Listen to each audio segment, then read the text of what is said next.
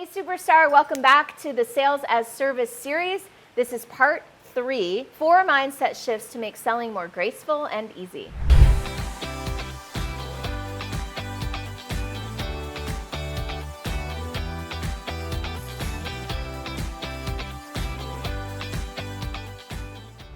I'm going to dive right into the content in this video because you've been following along on my Sales as Service journey.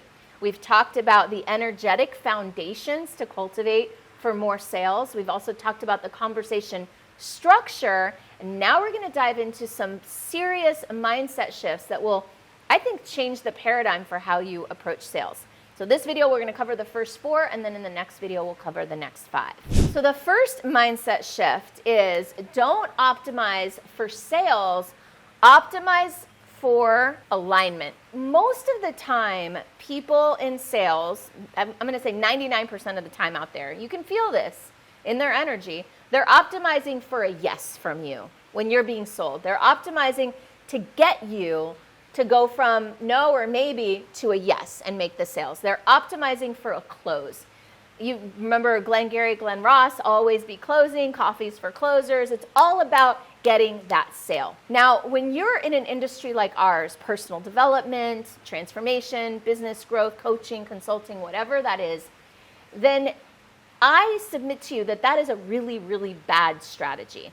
It sets you up for disappointed clients, for frustration, and for not a lot of joy and grace and ease in your business. Because if you'll close anybody that you can possibly close, then you're going to end up with a whole lot of misfit clients. Instead, when we optimize for alignment, we're creating a situation where we're only enrolling the best fit clients, the ones that are going to do the work, the ones that are going to show up fully, the ones that are going to participate in the program fully. Whatever we're offering in our space, it requires the client to show up. It's not just like you delivering a service and then that's it, goodbye. It's a two-way street. Now, of course, that's in our industry. That's not true across all industries. But for us, you know that when you enroll a client who's not a good fit, it can suck you of energy, of time, of joy.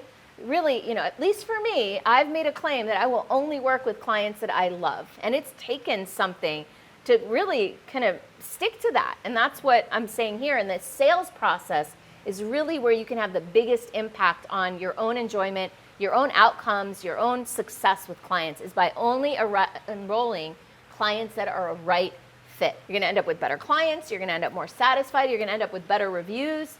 It's all good. The second thing is it's not about you. It's about them, and more importantly, it's about their pain point, their problem, or their possibility. And I'm going to change that and say and, because it's all of it.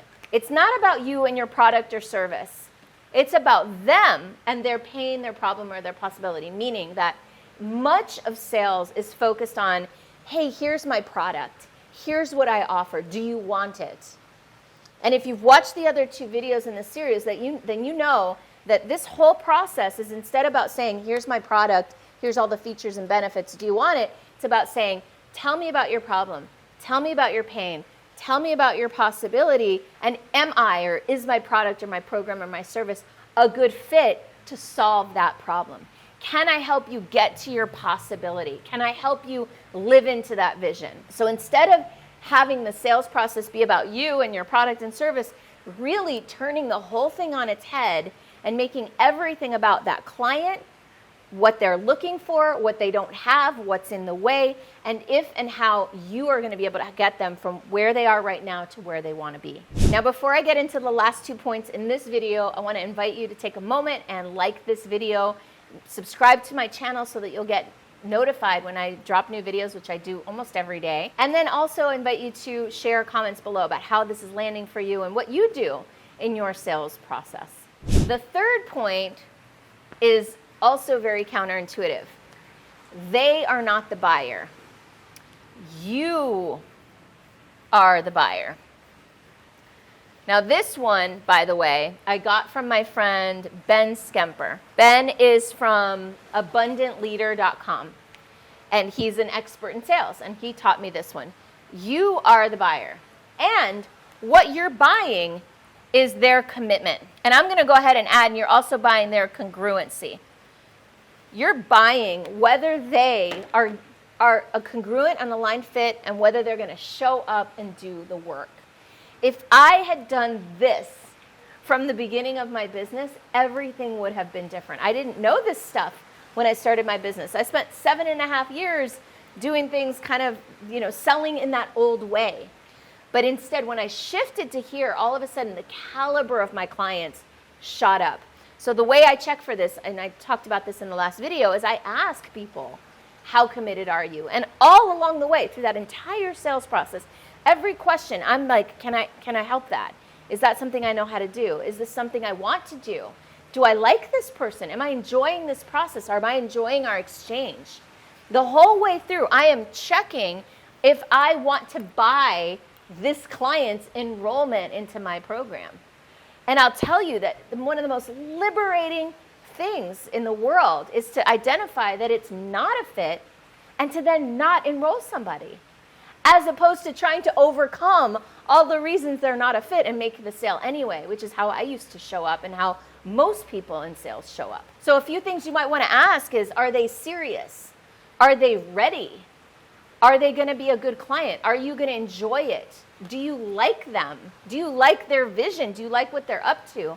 I confess to you that I had a client or a prospect recently come up, and when they shared with me their vision, it was so not what I was interested in. I'm not going to share why or how. I don't want to out anybody. And I was so clear, like, this is not an alignment. I don't want to contribute to this in the world. So, and I told them that. I didn't tell them to in that way, but I just said, this isn't a fit for the kind of work that I like to do and that I do best, right? So being able to say no to someone is also very liberating. The fourth thing, I also got this one from, I think I got this from Ben. Actually, I'm not sure if I did. This one might be mine. I'm not sure, but I'm going to give Ben credit just in case. Okay, enrollment is sacred. And there's a reason I wanted to end this video on this note. It might be a little bit of a strange concept to think about sales is sacred or enrollment is sacred. And I invite you to consider the impact that it would have on your sales if you actually treated it as if it were sacred, especially in the field of personal development transformation. Yeah, you could just sell them something like it's a product or service, or you can show up like this is a sacred thing that you're participating in, this connection, this relationship.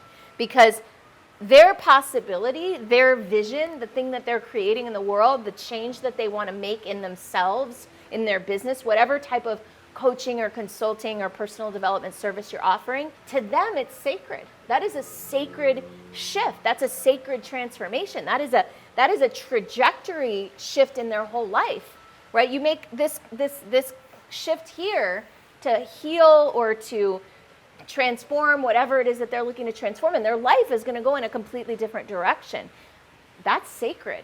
So if you treat enrollment as sacred, I pose to you that you will show up differently in that conversation, and they will feel it. They will feel the weight that you're giving to their dreams, to their pain, to their ambitions, to what they want to create in the world, and that is very powerful. And I don't mean to say to use it like manipulatively, like pretend it's sacred so that you can give them this feeling. No, I mean actually making it sacred. Like, for example, I have a client who does a self-meditation and prayer before she hops on any sales call. I have another client that does the prayer and meditation with the client when they get on the call. They say, hey, will we take a moment and breathe together and just set an intention for this call?